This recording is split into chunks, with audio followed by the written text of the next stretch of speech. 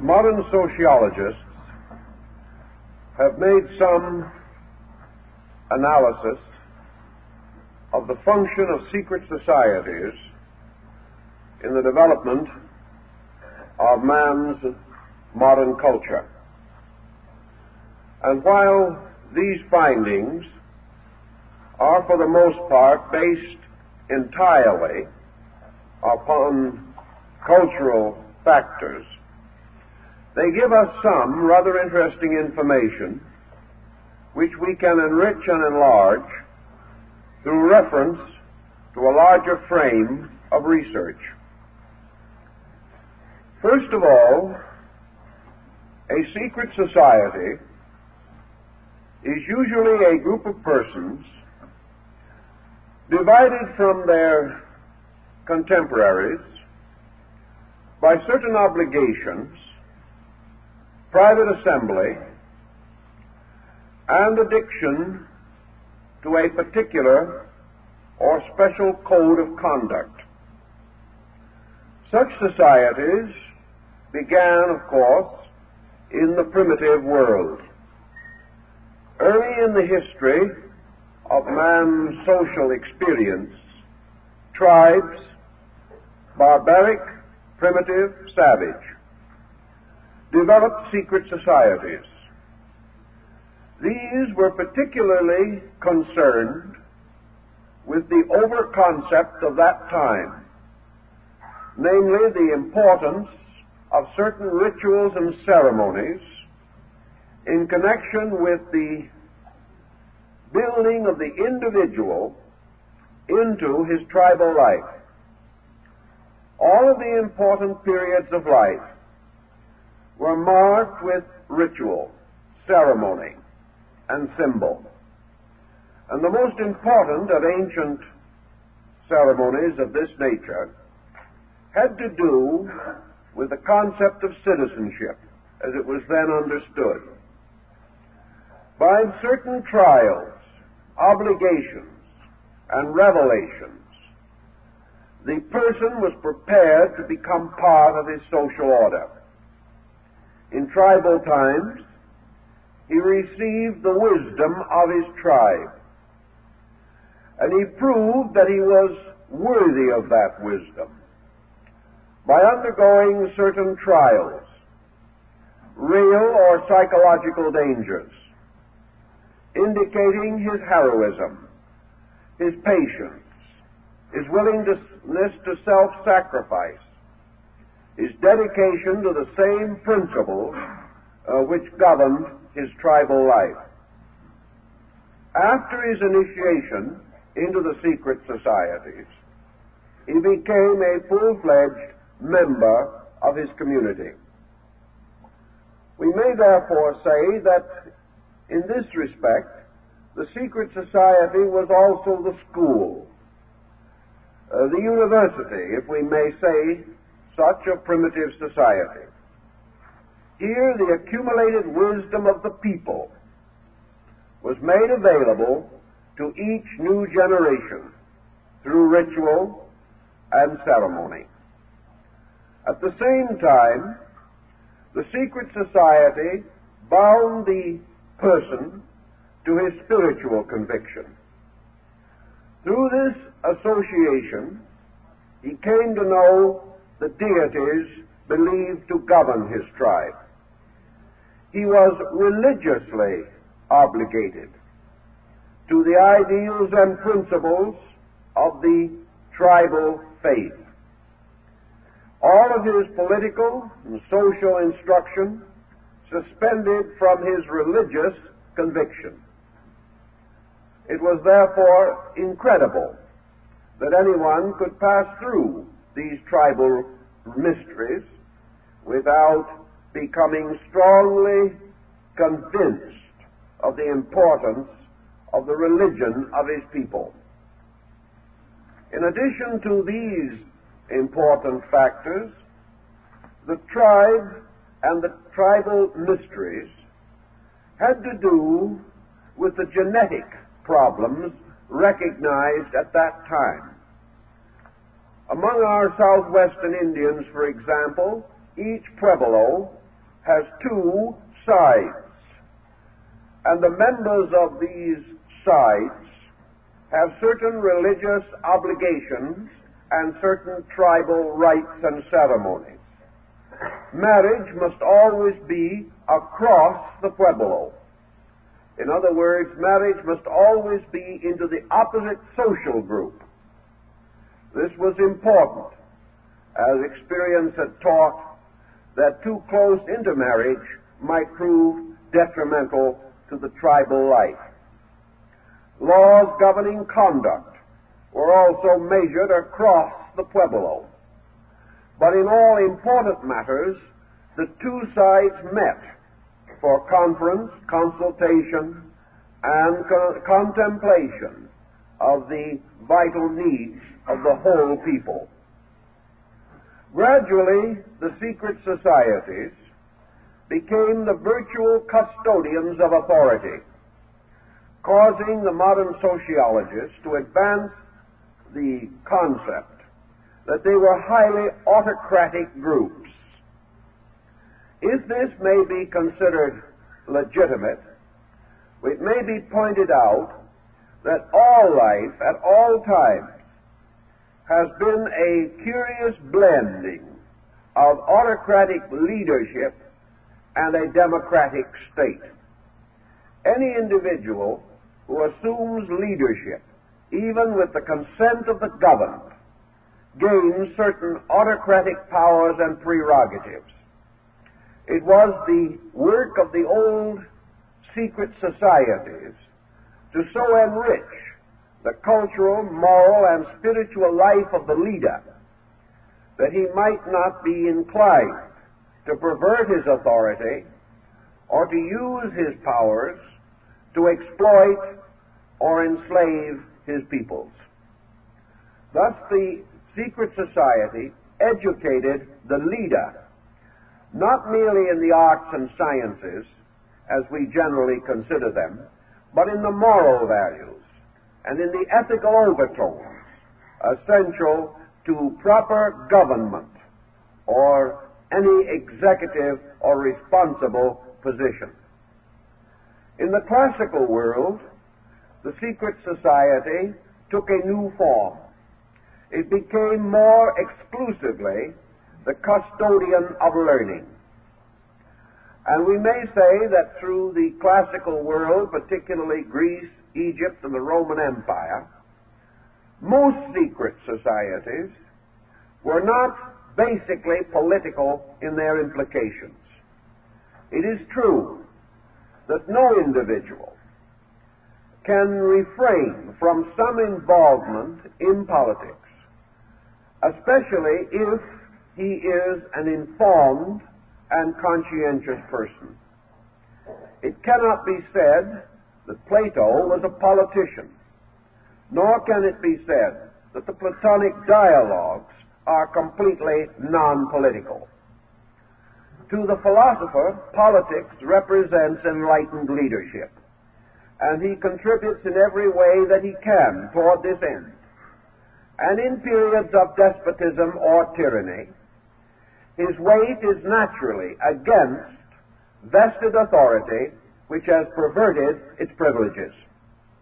For this reason, many prominent leaders in the religious, philosophical, and cultural life of mankind have been persecuted and even martyred because they have interfered with entrenched political beliefs. During the classical period also, we see the secret society moving behind nearly all forms of generalized education. In Rome, Greece, and Egypt, young people were tutored by professional teachers. After they had received what we might term a broad education, considering the opportunities and knowledge of their day, they were then, for the most part, presented for initiation into one of the secret societies, it being understood that it was the duty of such societies to integrate the person, to give him the associations the dedications, the consecrations, by means of which his knowledge in any field might be clarified, deepened, and the danger of selfishness or perversion mitigated so far as was possible. This is the general story. And of course, even in the classical period, the overtones remained essentially religious. The secret societies were sanctuaries.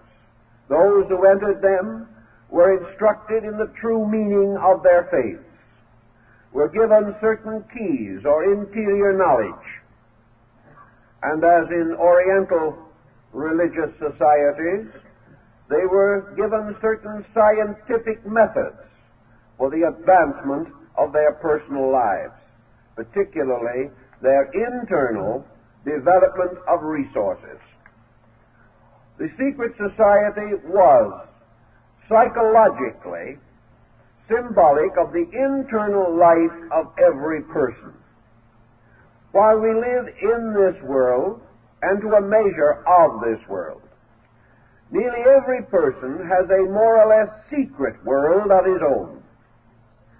This secret world may be no more than a series of convictions, differing from or in advance of popular convictions. The individual who is thoughtful envisions a better world than the one in which he lives. He sees the possibility of man gaining a richer life, developing greater internal securities, and looking around him, he discovers that it is difficult for him to impress these broad convictions upon society. Society is highly dominated by conditioned reflexes, and is the individual attempting to live above or beyond his clan or class tries to spread his convictions, he meets mostly with opposition. He finds, therefore, that it is inconvenient and injudicious merely to approach strangers with his thoughts. His natural instinct is to seek out others of his own kind, binding himself with them, and finding in their association the opportunity for greater self-expression. Thus, clubs, groups arise today around certain principles which they feel need or require organized minorities to advance these principles through common effort. If these principles were identical with the common practices, there would be no need for secret assembly. But if these principles are not identical, even though they may be entirely friendly, kindly, non-political, if they are not totally identical with the public mind, then those so interested and so dedicated inevitably form private groups. These private groups advance charities, practice various benevolences, do all that they can to increase the cultural advantage of their members and often of non-members. These kinds of assemblies also were known in antiquity. But in those times, men seldom gathered for trivial purposes. They seldom gathered to meet the simple requirements of the day, inasmuch as society itself, being essentially more simple and having certain natural attitudes, it was not necessary to form special societies to advance the commonplace needs of the people. These societies, then, went after objectives that were not commonplace. We have another group important to consider in the light of the prevailing way of life of ancient man. During the so-called Golden Age of Pericles, and the great Greco-Latin culture. Most countries had their own religions, their own temples, their own sanctuaries, and these religions were state faiths. They were financed by the state and were made available to the people. The citizen of a country in good standing therefore worshipped the gods of his country, defended them, and sought from them such help as he might need. In those days, the general attitude of mankind on religious matters was to the effect that the religion and the state were identical. Any attack against the state was an attack against religion. Any opposition or attack upon religion was an attack upon total society. Therefore, what we commonly call today intersectarian squabbles could not exist. The individual was born and raised within a national or community religion. Because of this factor, he expected other states or communities to have their own faiths. If he journeyed into another area, he generally remained courteous to the deities of that region, and seldom attempted or even contemplated any missionary or evangelical attitude or procedure. It did not occur to him that it was right or proper for him to attempt to change the basic faiths of the nations in which he visited or traveled, nor would he tolerate others coming into his areas and attempting such procedures. It would seem, therefore, that these areas would remain very much isolated, and that religious unity would be next to impossible. The appearance, however, has deceived many persons, including scholars. The facts were somewhat different. Behind the state religions of these different areas were always the secret societies. These were composed mostly of scholars, philosophers, sages, travelers, educators, persons whose knowledge of their own religion and the religions of other peoples exceeded that of the average citizen. Therefore, these various faiths, apparently isolated, were bound together by a network of mysteries, or schools of common initiation.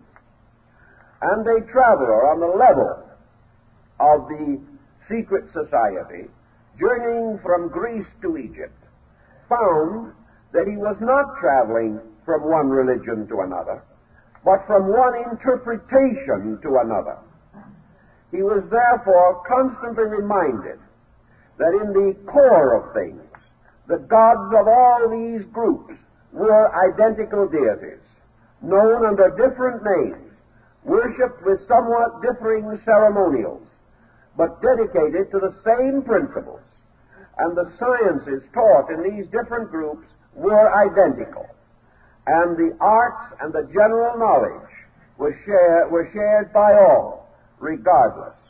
Therefore, Pythagoras, 600 years before the Christian era, traveling throughout the world, visited and was received hospitably and lovingly by over 20 religions, each of which accepted him without question and accepted his knowledge without question.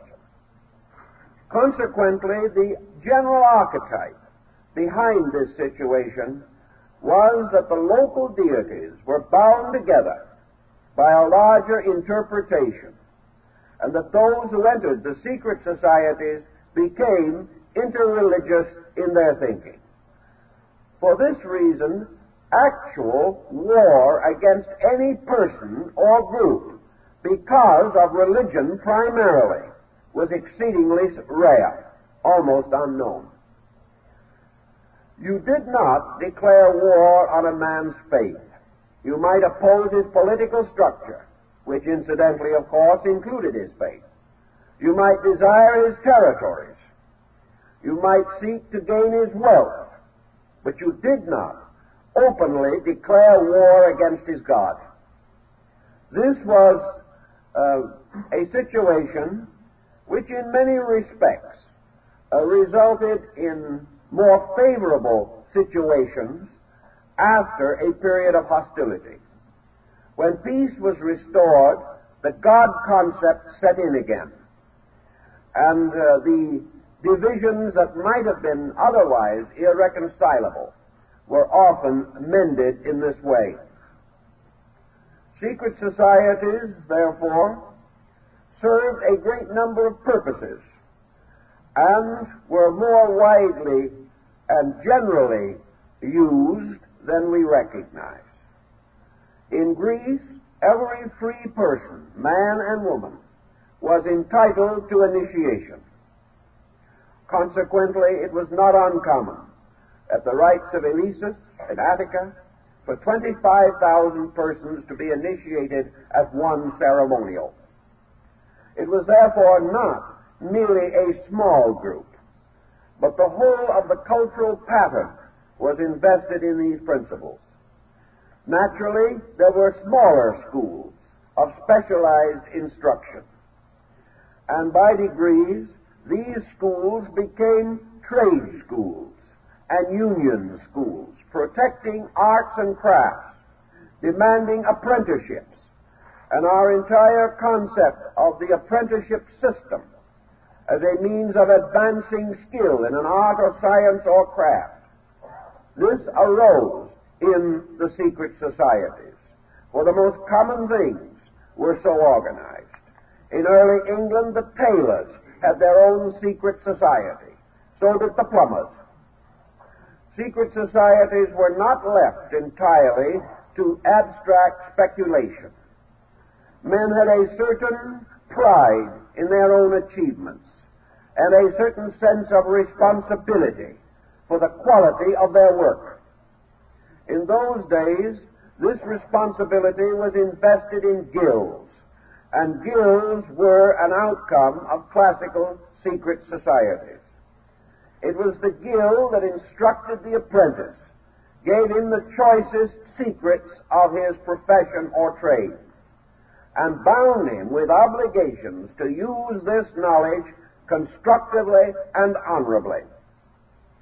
It was therefore a most signal offense against society and God to shoddy the workmanship, to use inferior materials, or in any way to misrepresent a contract. The God concept still occupied the mind of the guild masters. Each meeting of the tailors and the plumbers and the shoemakers and the tinsmiths, each meeting was opened with religious ceremony. Each meeting was closed with prayer. And during the period of these meetings, when matters of common concern, of charity, of taking care of needy or impoverished brethren, whenever these matters were examined, it was in a sanctified atmosphere of dedication, and into each of these guilds, deity represented the peculiar guild master. In other words, of all the shoemakers, God was the great shoemaker. Of all the tinsmiths, God was the great tinsmith. Of all the architects, he was the sovereign architect of the world. To all the physicians, he was the master of healing. Each in his own way, therefore, developed a guild faith, a faith based upon performing his normal human activities, his trade, his profession, as a sacred service, as a dedicated recognition of his responsibility to society. And whatever he did that was useful and helpful to others was a form of religious sacrament. The development, therefore, of great projects with comparative smoothness of procedure marked that time, in a day when great mausoleums, temples, palaces, and tombs required from 50 years to 500 years for their completion. The work proceeded in an orderly manner. It was hardly necessary to inspect the work. The masters of the guilds inspected the work themselves and were more critical than any outsider could possibly have been.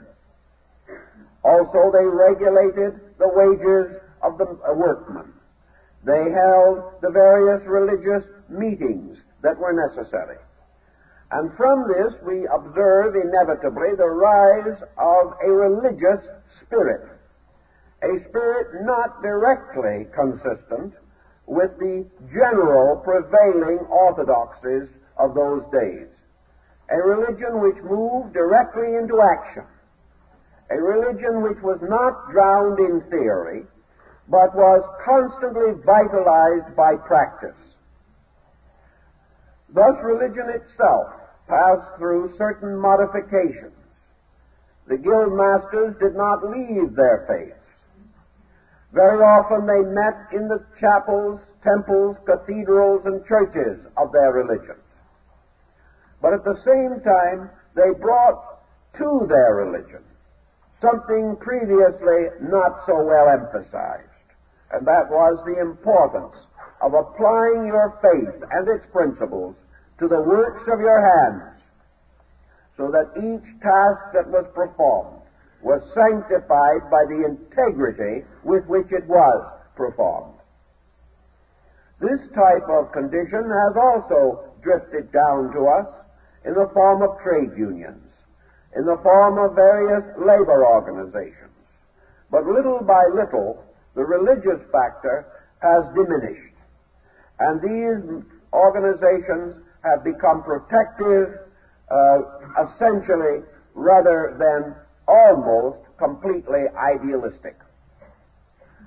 In the religious pattern also, we gradually discover that the decline of the so-called Greco-Latin culture brought with it a gradual motion toward the unification of religion. And of secret societies, we should point out those in which religious rites in areas apart from the natural home of a faith came to be emphasized. The secret societies of early Christendom are at point, and also we should mention the secret societies of the wandering and exiled Jewish minorities. Both of these groups, finding themselves in mostly unfriendly regions, united more and more among themselves in the effort to preserve and maintain their faiths. The secret meetings of Christians in the catacombs under Rome and other such organizations naturally led to the rise of religious societies, where only persons trusted, tested, and tried could be permitted to join the group, for a traitor might have resulted in the death of them all. Thus, the secret society that had originally initiated merely to improve society in general, now initiated to preserve itself, to maintain its own concepts, doctrines, or ideals in a hostile environment. From these rootings, a number of other modifications gradually appeared. After the rise of Christendom, and it passed into a more or less positive relationship with society, the non-Christian minorities, who had once dominated, also found it expedient to organize against the rising power of Christendom. Thus we have a number of fringe organizations preserving their non-Christian identities for centuries after the rise of the church. They accomplished this by the use of the greatest secrecy and with due caution against the possibility of their true projects being discovered. Most of the non-Christian secret societies did not, however, contemplate the overthrow of Christendom. They had no such grandiose idea. What they believed was that they possessed certain knowledge which was not commonly possessed by the members of the new faith, and they therefore united to protect and preserve this knowledge in order that it might not be extinguished. Thus, these societies became protective of certain beliefs or certain attitudes or certain ideas, usually against what they regarded to be the inadequacies of the generally regarded interpretations and procedures.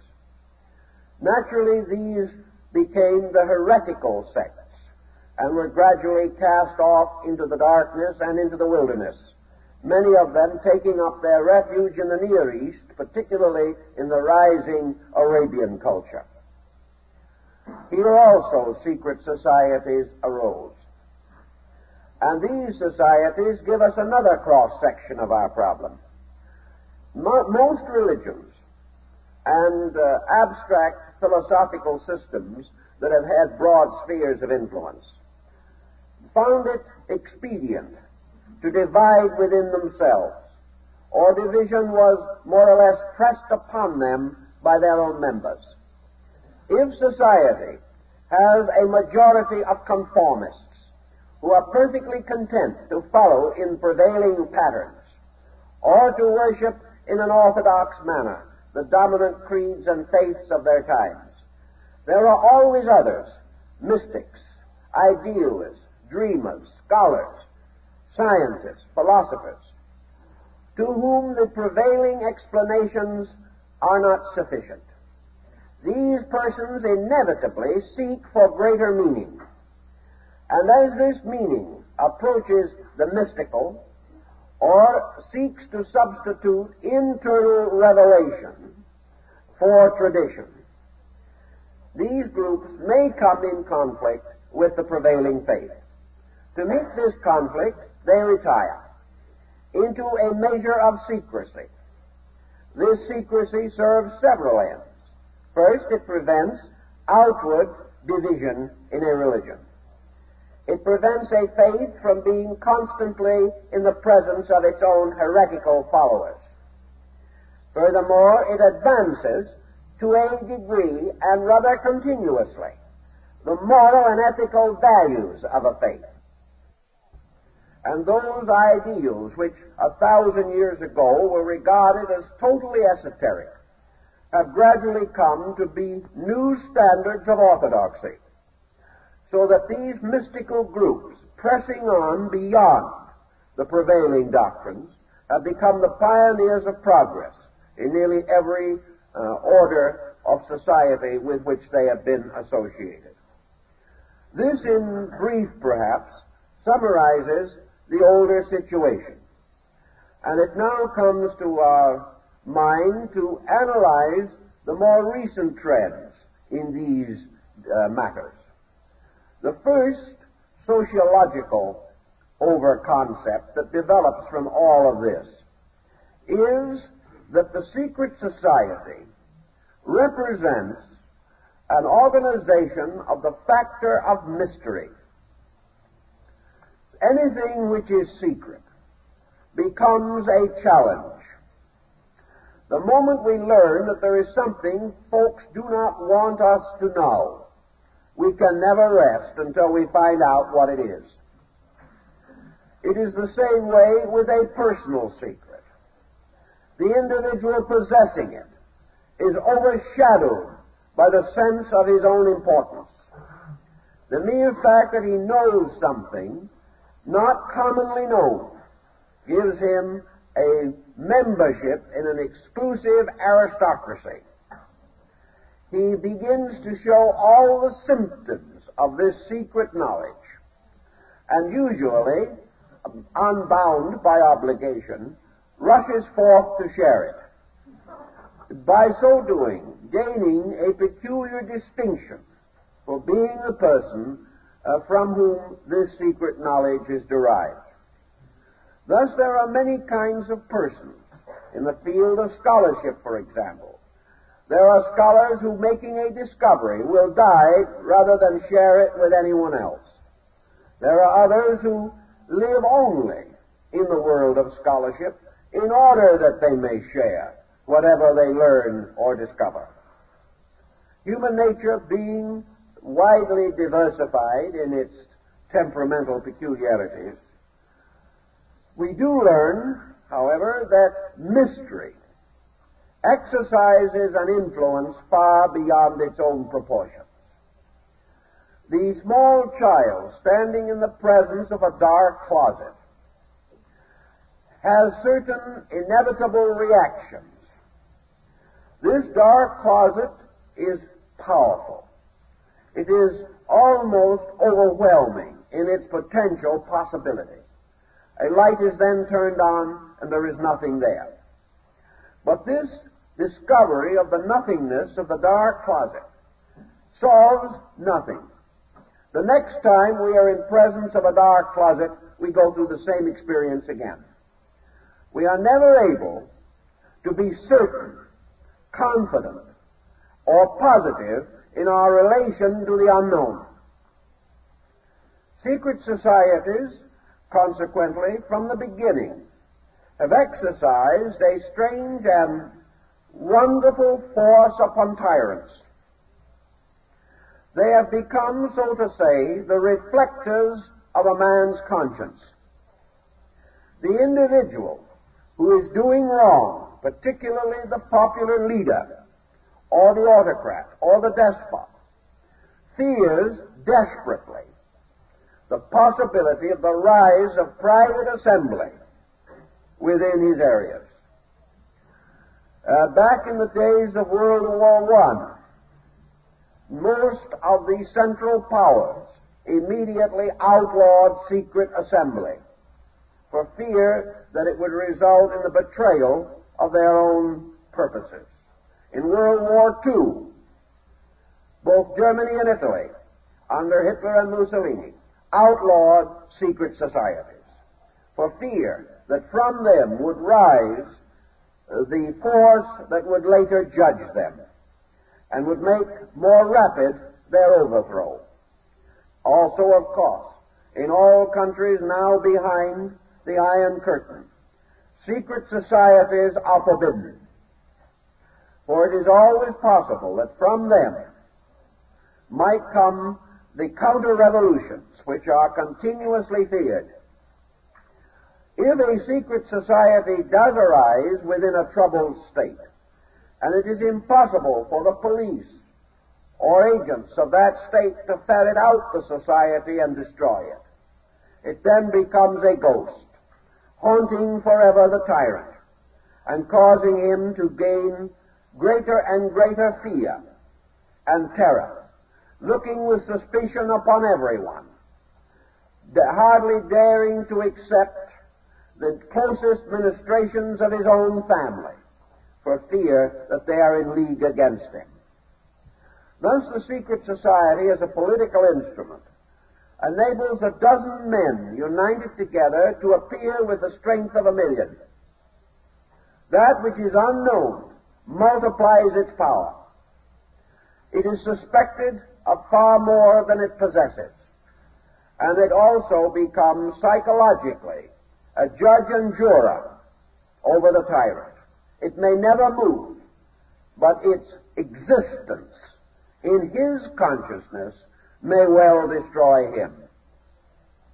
The political power of such organizations, therefore, can, under certain conditions, be extraordinary, especially where the situations permit the continuance of secrecy.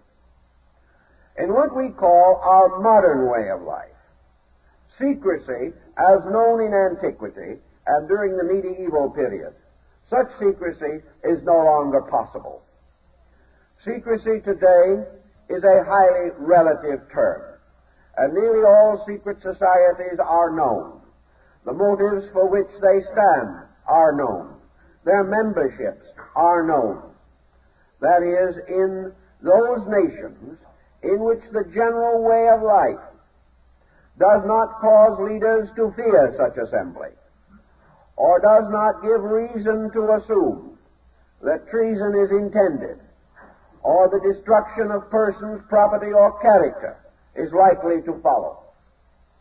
This means that in so-called highly advanced nations, nations whose ways of life are comparatively adequate and whose citizens are reasonably contented, your secret societies function mostly as fraternal and benevolent orders, existing as the extensions of old ways, but not presenting any real or major threat to any existing integration of society.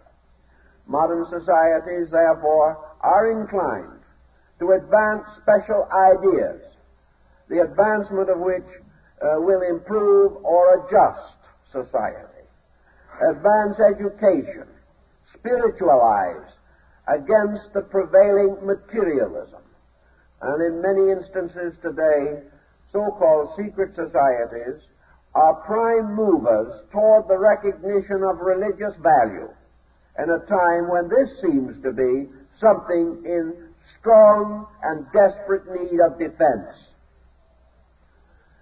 If, therefore, there is charitable work to be done, if there is need for the strengthening of community ties, if the preservation of a level of consciousness is advanced by society activity, such societies will spring up, preserving part of the forms of older organizations, and perhaps even more of the spirit, but relating mostly to those classical societies which had as their principal aim the general improvement of man, or the protection of arts and sciences, or the service of the needy, or the extension of education towards a higher cultural platform, with emphasis upon the need of man to advance toward the future, better equipped than he is by ordinary methods now prevailing. From such considerations, societies may be regarded as benevolent. This is the way we generally think of them today. And in America today, there are many secret societies, mostly secret because of the membership's conviction that they have a project which would otherwise remain undone, and to which they contribute by means of the slender framework based upon the older concept of assembly for particular purpose within a larger social theater. We think of this and we view the term secret society today as largely so meaning. But let us not forget that our way of life is not as yet the prevailing way of life for human beings. The civilization and culture of Western Europe and America has as yet not touched a comparatively large area of humankind. If, for instance, we may say that we have 2.5 or 2 3/4 billion human beings on earth today, it is also safe to say that better than half of that vast group does not live our way of life, does not enjoy the temporal advantages which we enjoy, nor the personal security, nor the political representation, nor the religious tolerance. Therefore, it is certain that many motives which with us are no longer valid or are no longer sufficiently impressive to bring persons together in private assembly, that such motives do exist in other areas, and that secret societies today, outside of our own sphere of influence, are very powerful and very continuing, and that these societies are for the most part similar in their purposes and objectives as those of Western Europe and America of 300, 400, or 500 years ago. In our way of life, we are not struggling for liberty. We are struggling rather for private freedom. In many countries, however, the struggle for civil liberty goes on against very desperate odds. Many countries are burdened with incredible internal confusion. There are new countries rising up today to attempt their place in the sun with less than 1% literacy. Of the expansion of this type of activity as the only possible way of keeping tyranny from completely enslaving entire social groups. And at this time we know of several rather despotic leaders who are in constant and mortal fear and terror, surrounding themselves with the most exaggerated methods of personal defense because of their fear of private assembly within their own regions, and also their knowledge that this exists and their inability to ferret it out. One of the reasons they cannot discover these groups is because these groups are protected by the people in general. The people may not have the courage to belong to them or to advance secret causes against prevailing pressures, but they are sympathetic to these groups, therefore cannot be induced to reveal them, and will usually simply decline to discuss it or insist that as far as they know, such assembly does not exist. It was private assembly which liberated Latin America not more than 100 years ago. It was private assembly that resulted in the gradual rise of the rights of people throughout Europe 150, 200 years ago. It was private assembly that strongly advanced the cause of our own Revolutionary War. It was private assembly that created the Republic of China in 1912. It was private assembly that advanced the freedom of most of the Far Eastern nations that finally achieved constitutional government.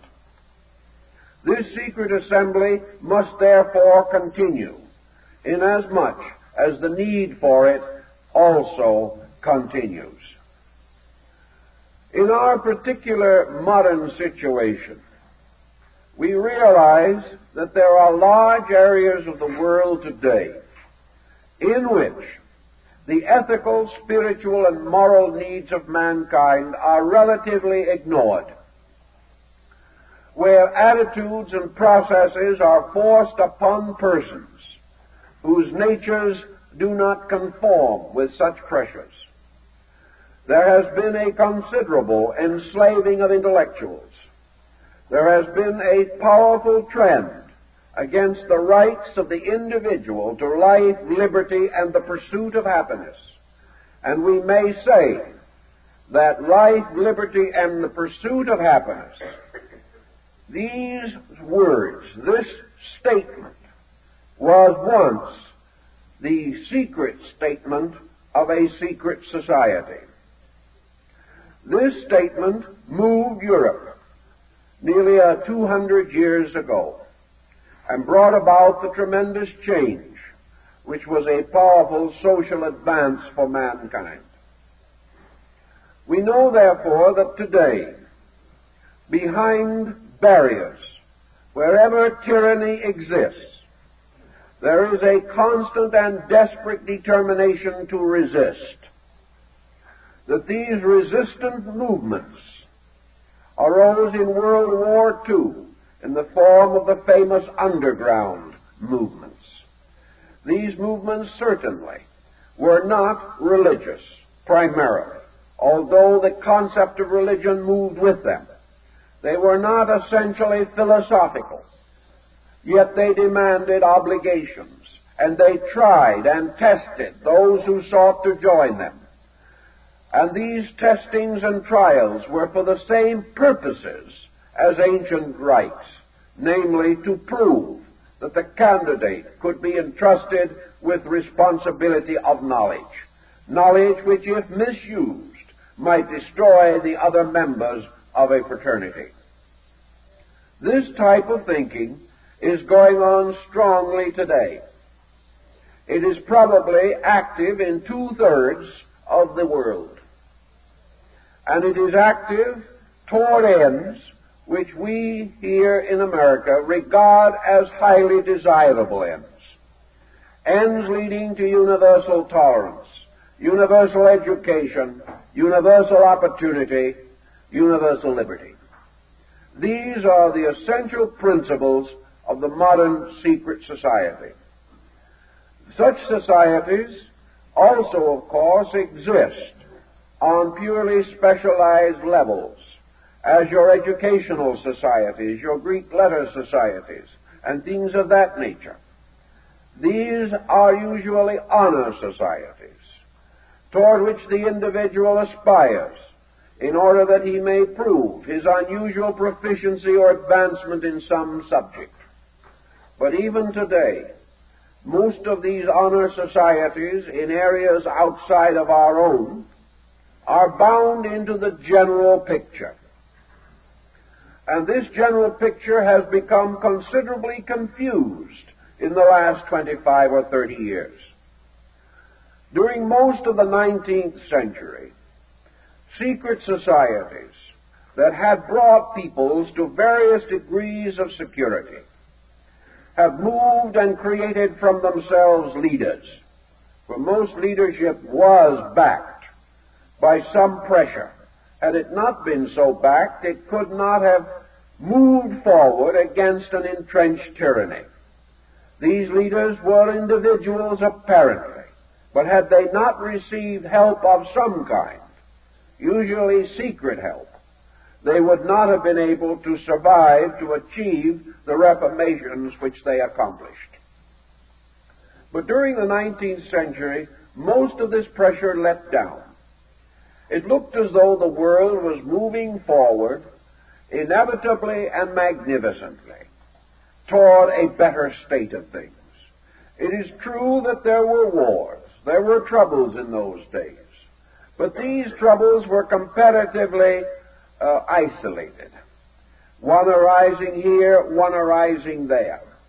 And most of these troublous situations were envisioned as means of accomplishing a further advancement of man by removing some obstacle to that advancement, or by binding divided and discordant groups into some larger and more comprehensive pattern. The general trend, therefore, was for the secret society to move into fields essentially less vital than that of an earlier date. We find them, therefore, strongly advancing on the levels of trade unions and guilds. We find the rise of various movements intended to improve and protect various crafts and arts. We also find the rise of benevolent and fraternal orders, or the gradual transformation of earlier societies into these specializations. The Hun Society in China, for example, after it had achieved the democracy, turned to labor situations and the internal protection and advancement of its underprivileged classes. There was a respite, and the individuals believed that the great work had been accomplished, that man would never again fall under the kind of tyranny from which it had emerged in the long and difficult period from the Dark Ages. In the last 25 years, the situation has been almost completely reversed. Today, tyranny looms large. The rights of man have been undermined in numerous areas. Most of all, materialism is rampant among groups on the ground that it is only by the extinction of ideals that slavery can be perpetuated. Materialism leads inevitably toward the acceptance of slavery. It removes from the individual his vision of greater spiritual value, and in this way takes away from him his basic impulse to defend and protect such value at all cost. So we have today a world which perhaps is not much better off in total than it was 500 years ago. It knows more, it is richer, and in some areas, such as the Western Hemisphere, its progress continues at a reasonable rate. But for the rest of the world, life is closing in, and has closed in for a number of years. It has reduced its boundaries to medieval fortresses. It has divided its projects and purposes, and under the general name and term of mechanistic progress, it has lost sight of most of the values that are real and dear to the private citizen. The family is attacked. The home is attacked. The right of private assembly is attacked. The privilege of free vote is attacked. The right to worship, to have convictions, is either attacked or ridiculed. And by degrees, the private citizen is reduced to the state in which the need for private assembly is strongly re-emphasized. As a result of this condition, such private assembly is rising throughout these areas. Private assembly, in some instances, for private worship. And there are countries today where worship is not very different from the way it was in the catacombs under Rome during the time of the pagan Caesars. It is necessary to meet secretly in cellar and attic, and to watch constantly for a traitor in your midst. It is hard for us to imagine that such things can exist today. But there are actually secret societies that have been created in certain parts of Eastern Europe for one purpose only: the circulation among the members of a Western newspaper.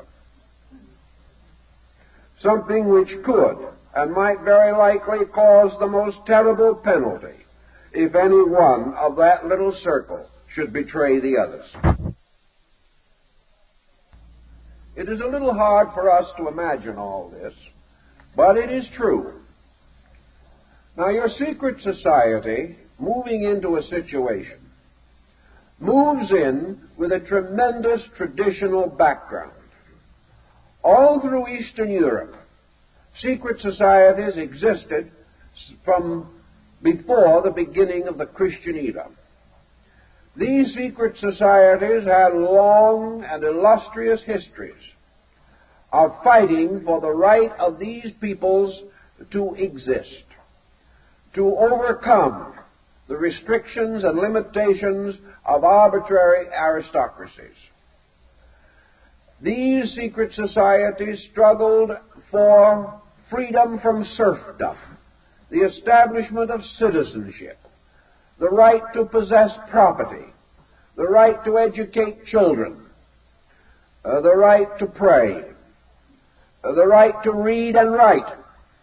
These things were fought for with every ounce of courage that human beings possessed.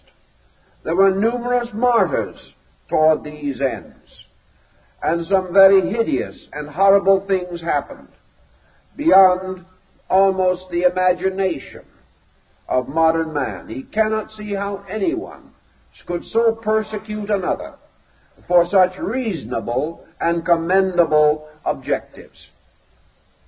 These societies were and still are known to the peoples of these countries. They are part of the tradition of these peoples, like the famous Bogomils of the Balkans, and other groups, constantly struggling until they attained a measure of achievement and made possible the glimpse of a better way of life. Then came an opening of Europe. Opportunity, travel brought visitors, education increased, schools sprang up everywhere. Freedom of culture began to be enjoyed, in some cases comparatively moderate, but at the same time far in excess of that which previously existed. Then all of a sudden, with two great world wars, this progress was stopped in its tracks. Things began to go back to the medieval, to the incredibly limited and restricted. And the natural tendency of all these peoples was to fall back upon tradition, upon the traditional struggle of their great and venerated heroes to achieve these ends which men knew were right. Thus, societies that had either been extinct for several hundred years were brought back to life, or those which had changed their purposes to more benevolent or fraternal ends were rededicated to their original projects. And out of the general situation has risen a network of secret societies. These, many of them, with strong political purposes, because there seems to be no other way of breaking through the tyranny that now oppresses them. Most of these societies are created out of groups of so-called ordinary citizens.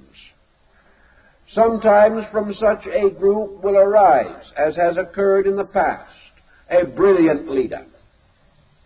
But because these societies are built from the people and not from the so-called oligarchy or leading group, these societies are for the most part not only patriotic but religious. They represent, again, the demand for spiritual consolation and strength, and the right to preserve and protect worship, and to bring their children into direct contact with valuable ideals. These parents have observed the detrimental effect of the prevailing policies upon the young, how their children are losing the ideals and principles which are the basis of good citizenship in a free world. They therefore desire to restore this right of citizenship and to privately instruct their children against the common pressure of public instruction. Thus, in almost every bracket of life, the public way is antagonistic to the private conviction of the citizen. He meets this by strengthening his own position, and in union there is strength. Therefore, he unites with others of his kind in a protective alliance, re-establishing the ancient ceremonies of initiation in order to protect himself against the possibility of treason. It is impossible to say at the present time how many persons are actually involved in such societies.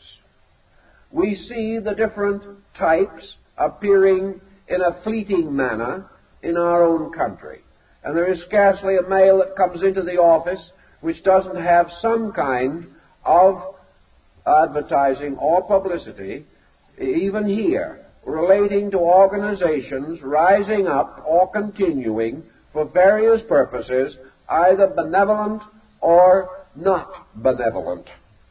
Sometimes the society is a distinctly unpleasant entity, one which is created simply to preserve bigotry or to protect tyranny of some kind.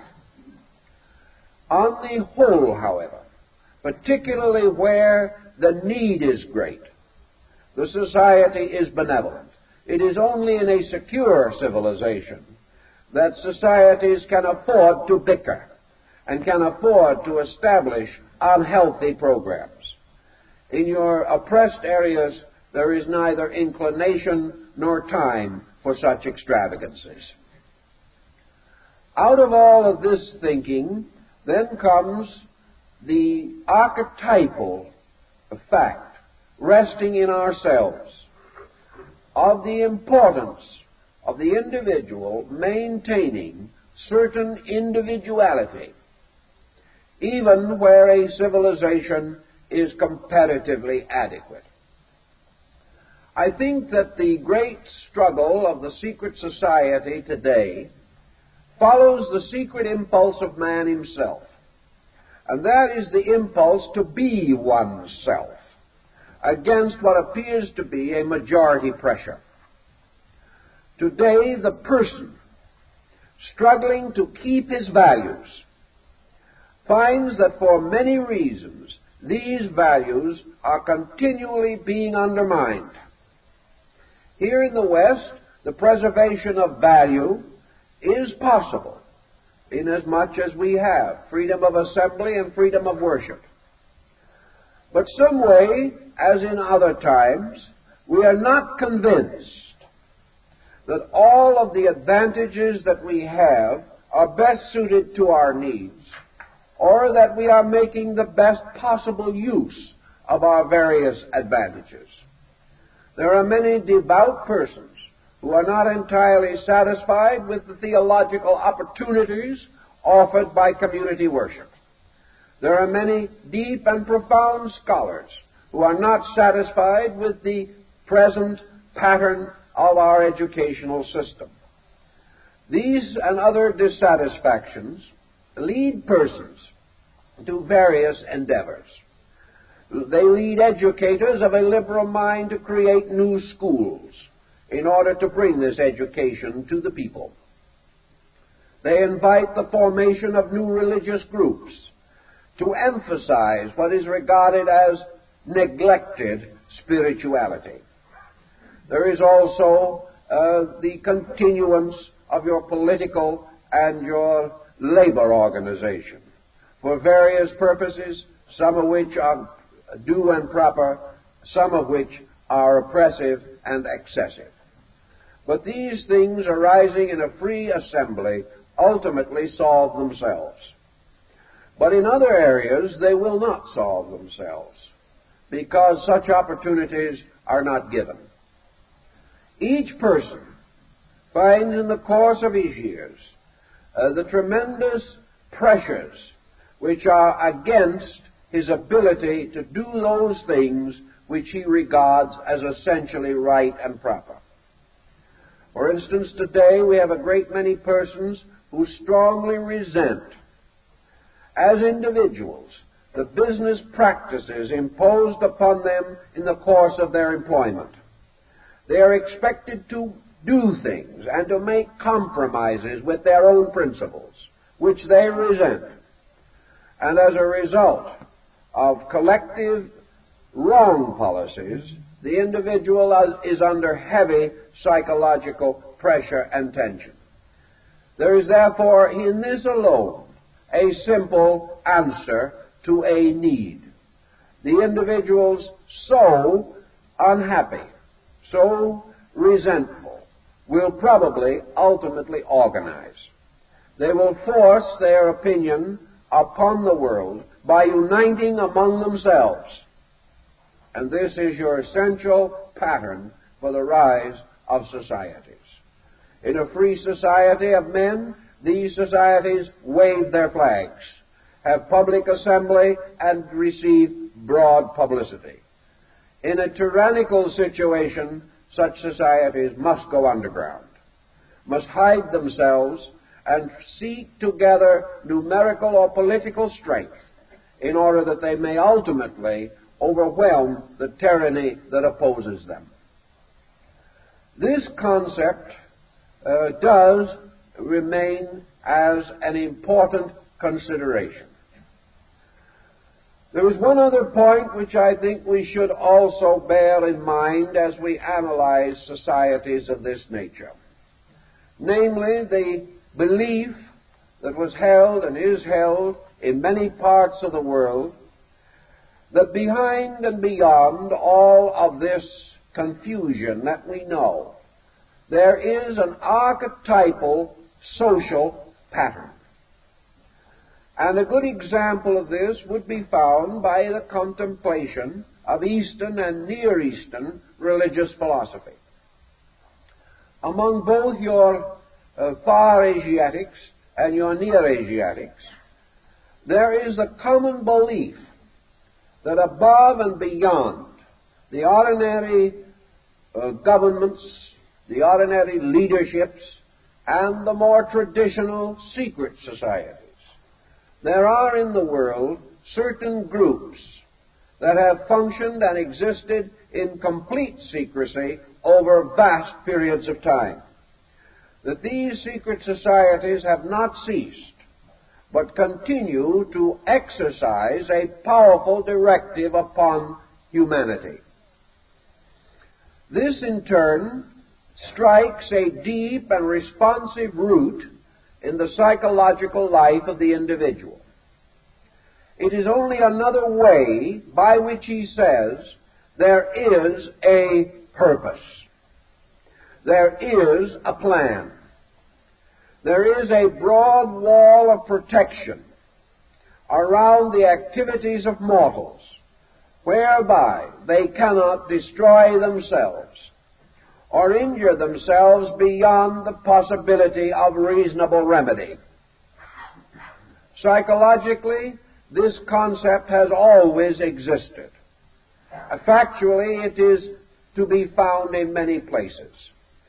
It is not easy for us to accept such an idea, perhaps, but if you are on the caravan trail out of Samarkand or some place of that nature, and you sit down with the native peoples, with the men of the desert, who live in their own strange, distant region, facing the immediate problems of life as we do not have to face them anymore. And you hear what they say, and you think with them. You suddenly perceive, as it were, a world of overtones, real to these people. And after you have discussed with them, these overtones become strangely real to you, because you have been moved out of the simple security of your own way of life into another pattern. I think we may safely say that half of the people of the earth today believe that between God as a supreme principle and man as the projection of that principle into society, that between these there are intermediaries, that there are always in the world certain God-enlightened prophets, certain great teachers, wise ones, as mentioned in the scriptures of every people, including the Christian scriptures, that this world is not suspended in a void, that we are not left without certain resources, and that if we wish to regard these resources as arising from an archetypal government within ourselves, then psychologically there is at the root of us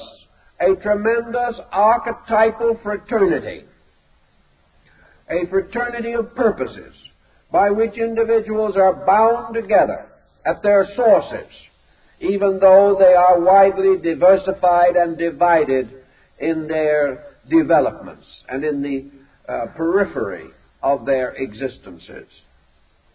The existence of this over-kind of government is man's way of symbolically stating that he believes in law, that he believes in order, that all the divine principles operating in nature are substantially invisible in themselves and visible only in their consequences. Yet these invisible principles are continuously conspiring, and conspiring with evidence of rational directive toward the improvement of man and the protection of those values which man has come to regard as indispensable. It It is only a step, therefore, to consider a kind of hierarchy, a kind of overgroup, bound together by true knowledge, bound together by a common possession of realities, that this group forms some kind of a formal or informal structure, a structure which man most rapidly apperceives by retiring into his own nature and perceiving at the root of himself cosmos and structure rather than chaos and disorder. That most religions have from the beginning taught the realities of such prophets, such patriarchs, and have indicated that behind the general government of man there is an invisible government of principles. These principles administered by beings of some nature or kind, and that these beings form together the sacred and supreme government of the world. In Asia, this is commonly believed. In the Near East, it is held as a certainty. And many Western peoples have become profoundly sympathetic to such an idea. Your psychologist will take the attitude that this is merely an escape from personal responsibility, that every individual is looking for parents. Every one of us is looking for strength upon which to lean. We all wish to believe in some protection, some protective force, and we are unwilling to look upon community protection as sufficient. We are not willing to look upon our physical, political government as solutional, for the reason that in our serious contemplation we are unable to justify that the leadership which we immediately recognize is adequate for our ultimate needs. Under these thoughts and conditions, we naturally turn, as man has from the beginning, in the direction of faith. Faith being in reality our conviction of the reality of certain substance which we do not see, and yet without which life is meaningless. We look into ourselves. We cannot see our own life, yet by this life we live, and from it is suspended all that we do. We cannot see our thought, yet by this thought we become reasonable beings. We cannot see the life that nourishes things, but we behold them to be nourished.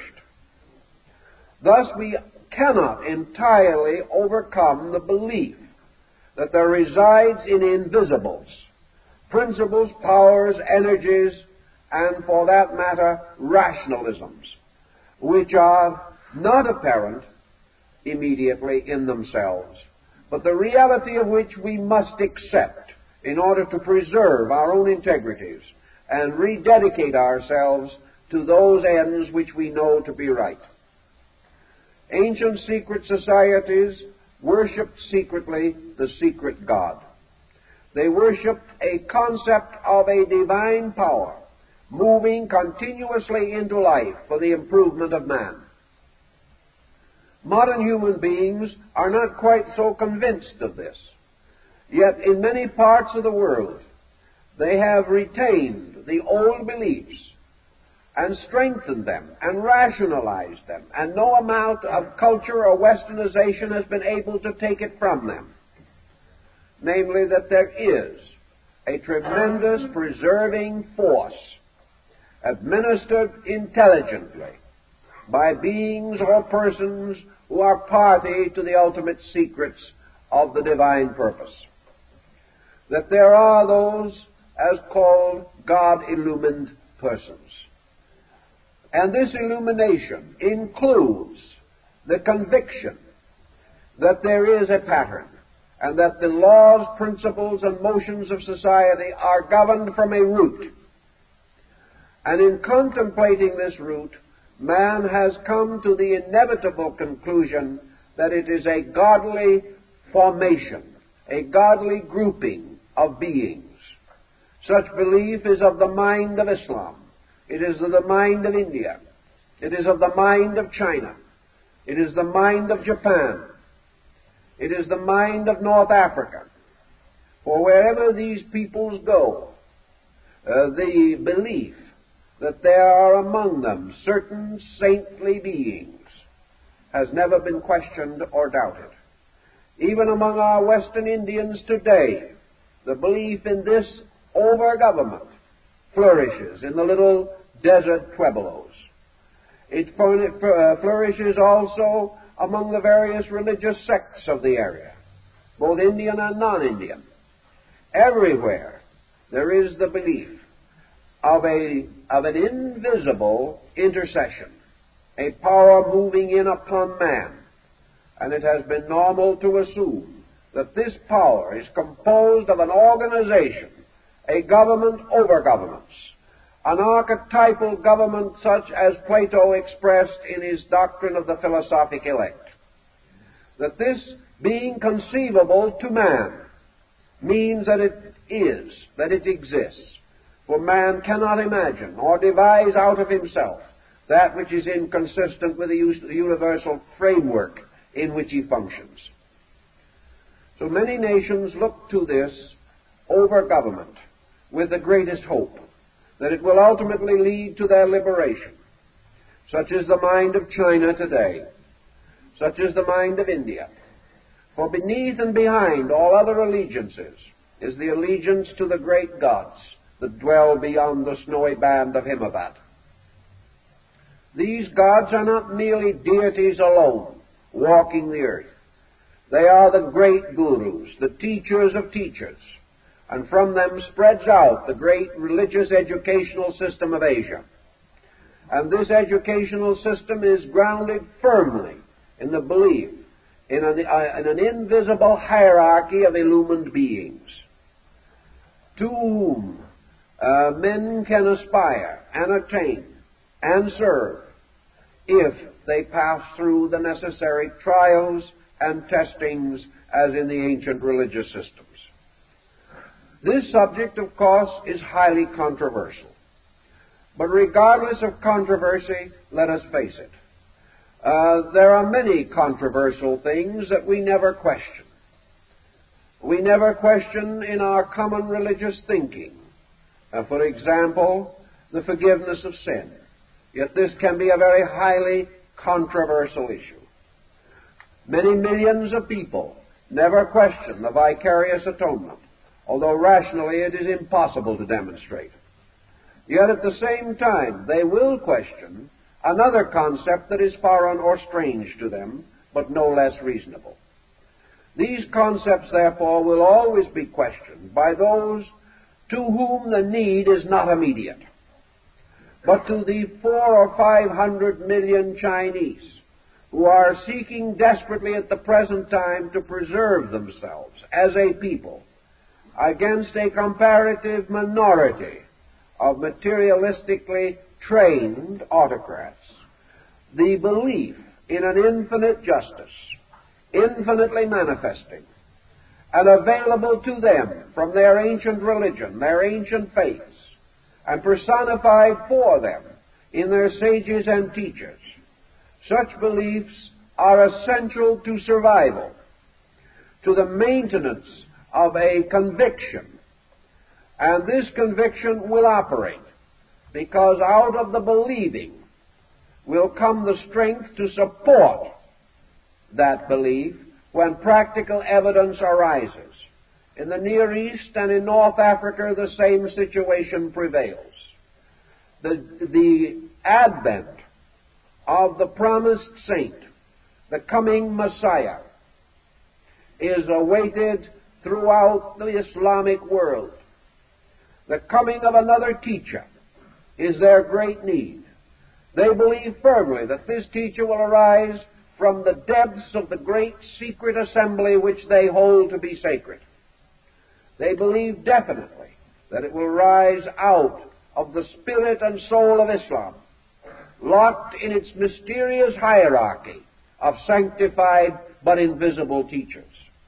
They therefore wait patiently for the coming of their Ahmed, their beloved of all nations. They wait for the coming of the being in whom these attributes will appear. When he comes, Islam rises with him, because Islam is already conditioned for him. Everywhere, therefore, where men have traditions, they have traditions of these visible or invisible organizations. And wherever need arises, they revitalize them and use them as instruments against tyranny. Also in our private lives, we personally have a belief in a secret organization. We have a belief in the secret laws of God, operating visibly in the world, but substantially held in the divine mind, held as something held secret and sacred. And it is because we believe in these laws and believe in their ultimate manifestation to all men that we variously serve and endeavor and carry on the numerous activities of life with a good hope against the perils of the times. And because we have a belief that there is a divine authority behind all human authority, and that this authority operates in the world according to the will of the divine, through instruments selected for that purpose.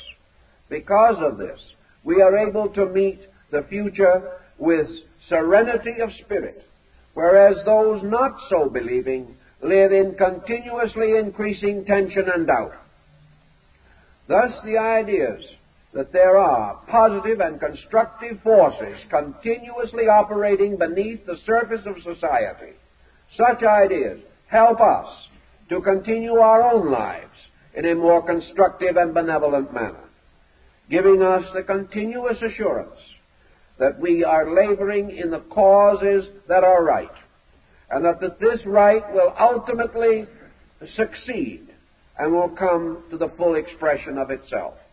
This is more or less the psychology behind the great religious and philosophical societies of the past.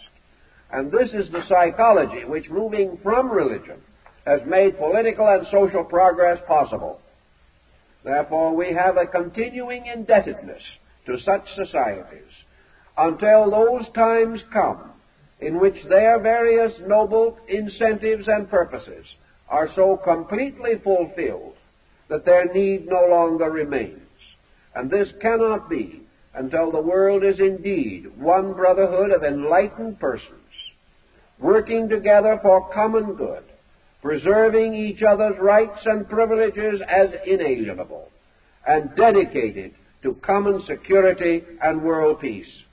When these things happen, then we will see, as the ancients said, the mysterious temple of the mysteries, born and fashioned in this world, and that our entire way of life will be a sanctuary of divine powers. This was their ancient dream, and it survives to guide, instruct, and inspire us in our modern way of life. Time's up.